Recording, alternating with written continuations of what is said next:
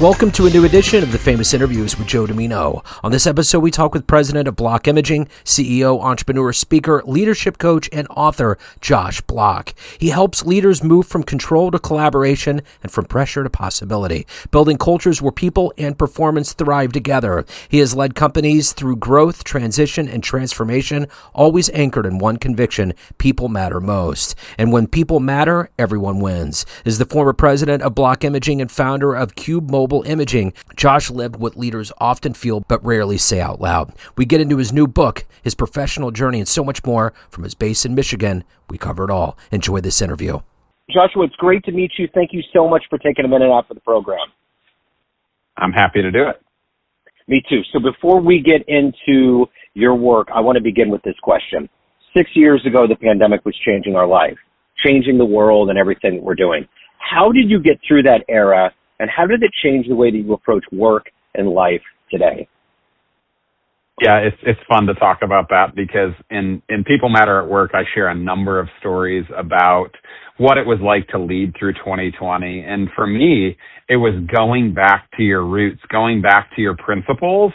And as we led through that season, a team of about 200 at the time, the 3 T's, which are sharpening decisions together, making thoughtful decisions, so using careful consideration of the needs of others, and then being transparent with people from start to finish, was incredibly powerful in moving our team through a really difficult time. So I want to get to the heart and soul of what you do on a daily basis. There's all of these, there's titles, and there's a lot going on, but if I put you in front of 13-year-olds at career day in a school, and you needed to synthesize what you do for a living, how would you explain that to the room? Yeah, so the last 15 years, I've been president of Block Imaging, and so we are a refurbished radiology equipment, parts, and service provider, and I'm just in the middle of transitioning to release that president role, become an advisor at the company, and am launching People Matter at Work as a book into the world just a couple of weeks ago after 6 years of working on it. And then I also happen to own and oversee a mobile imaging equipment business where we have MRIs, CT scanners, and PET CTs and semi-trailers that we rent to healthcare providers around the nation. So before we dig into this book that took a long time for you to put together, I want to ask you this. When you were a kid at career day, what was your dream job? What was your dream gig you wanted to grow up and do? You know, I interviewed Tom Izzo in my senior year of high school because for career day, I had kind of aspirations of being a basketball coach. There were times I wanted to be a pro golfer, and yet there's this entrepreneurial spirit that's deep within me, and that's really been where I've invested most of my adult life. So who has been that inspirational? Actually, let me go back. You're in Michigan. Are you originally from Michigan? I am. Okay, so what was growing up like for you? What did you see that exemplified all of these levels of you having success and being an entrepreneur and all of these things that have become who you are in your professional life? How did this happen? Yeah, so my dad was a really hard worker. He never spoke negatively about work, so I think that was significant in shaping me. He was a risk taker. And then my mom just has a deep love for people. And so she's the kind of person that if you walked into her house and said, I really like that piece of china or that piece of art, she would have it wrapped up and given it to you by the time you had left. And so has a deep love for people. And so I'd just say that risk-taking, that passion for business, and love for people are 3 things that really impacted and shaped my career. So who's been that inspirational force consistently in your life that's allowed you to navigate and to evolve and to become who you are today? Yeah, there are an awful lot of them. Right now, there's a gentleman in my life who actually goes way back, but his name is Steve Andrews, and he is someone who's just been, he's someone who sees the glass as 92% full. And his ability to stop and care for people regardless of where they are in the world. And he's no differentiator of persons, whether they're rich and powerful or whether there's someone on the street corner. I just have always been enamored by his love for people. So talk to me a little bit about, from a business perspective with what you're doing. Who have you emulated from a business standpoint? An entrepreneur, a good business mind that's done really good at taking care of their people, providing a quality product. Is there anybody out there that you emulate? Yeah, so Patrick Lencioni is more of a thought leader in the organizational health space, and so his book, Five Dysfunctions of a Team, was significant when I came across it in 2011. And so I'd probably say that each book that he has written, from Five Dysfunctions to The Advantage to his most recent Working Geniuses, have definitely kind of been that street light as I've been driving down the road of leading a business. Talk to me a little bit about what motivates you to get up every day to do this work. I mean, you got people that you're taking care of. You have your soul. You have a business model, a vision. What is that motivation every day for you to do it at a high level? Yeah, it's a care for people. That my belief, and the reason the book is called People Matter at Work, is just that people matter more. That boats are cool, dogs are neat, and profit is great and totally important to the function of a business.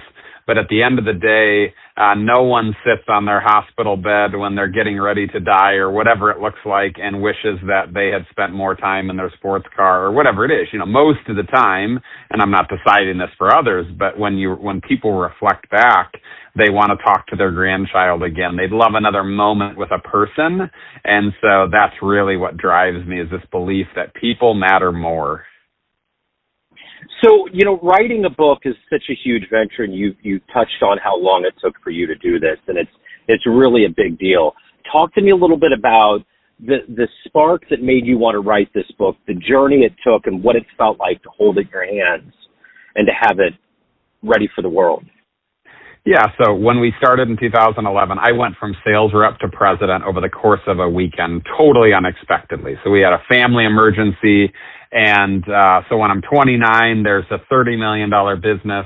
The question in me was, what if we could create a place where people love to work and thrive in their work and go home and feel connected to the mission and raise kids in homes where work's a positive thing, and did that for quite a number of years before anybody really took notice. And then people started commenting, both inside and outside of our organization, that this is pretty unique and this is special, and I want my friends to work here, and I hope that I work here the rest of my life. And so when enough of that got said, I started thinking, maybe at some point we should share the story.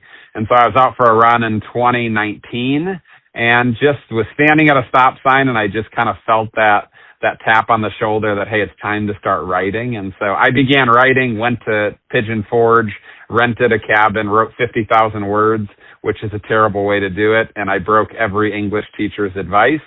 And then over the next 6 years, started refining and got some help and worked with some editors and ultimately a publisher. And then just a few weeks ago on March, I can't remember the date now, but early March, the book came to fruition, and I have a couple thousand copies at my office, and it's been a real joy to ideally give this book to someone and have it meet them in the same way the Five Dysfunctions met me when I was a leader in deep need of being equipped, encouraged, and empowered.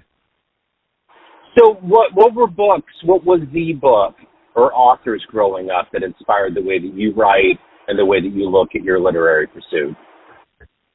Bob Goff is someone who's a storyteller. Jim Collins is someone who takes, data and brings it down to evidence that'll kind of guide you along the way. So I'd say that Jim Collins is significant. Brene Brown is someone that I've read and studied a fair bit.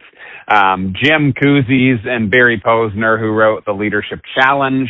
And there are so many. Stephen Covey, both senior and junior, are people that I've paid a lot of attention to. So yeah, those are some of the thought leaders that have helped me along on my journey.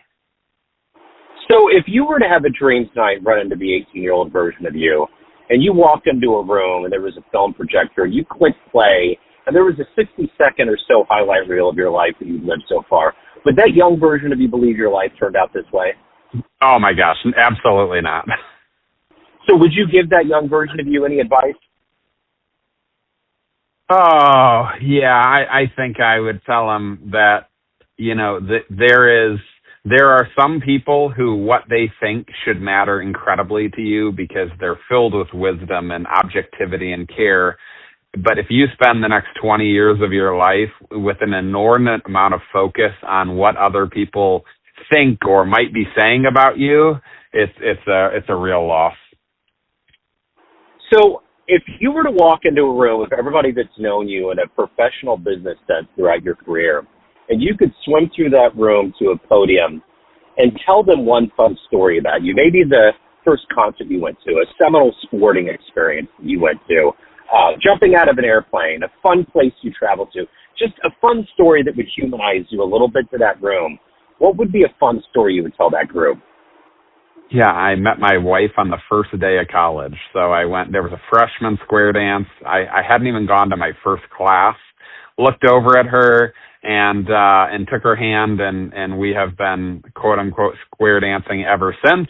And so yeah, that's a fun story. And then the other is being at a U2 concert right after we moved from Indiana to Michigan, and just seeing the power of music and the significance of, in that case, Bono orchestrating a night filled with Spartan Michigan State Stadium, and just having a deep desire that even though it's not music for me, that the business world, that creating a place where there's an environment where people can lose themselves and they can connect in deep ways are a couple of really meaningful moments in my life.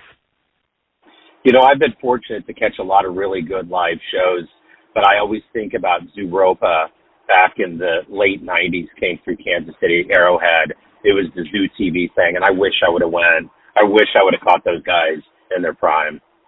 Yeah, so they really stopped performing pretty quickly, but yeah, it was fun to catch it toward the end of their tours. Yeah. So let me ask you this. At the end of the day, when you look back on everything that you've accomplished and overcome and evolved to, what are you ultimately the happiest about, the proudest of? I think the people who came into our organization and they maybe even thought they were passing through. Someone a couple offices down from me thought they were going to just save up some money for film school and move to LA. And 20 years later, he's built a family and he's our vice president of healthcare solutions. And so seeing people progress, sometimes it's staying at our organization, sometimes it's departing, but looking back and seeing who someone has become and the indelible part we played in shaping the man or the woman that they are, not just in their career, but in life as a whole. So at the end of the day, everyone has a perception of you, family, friends, clients, colleagues, everyone that gets your book, everyone that knows you in varying capacities, but you run the show. What's your perception of you? Who do you think you are?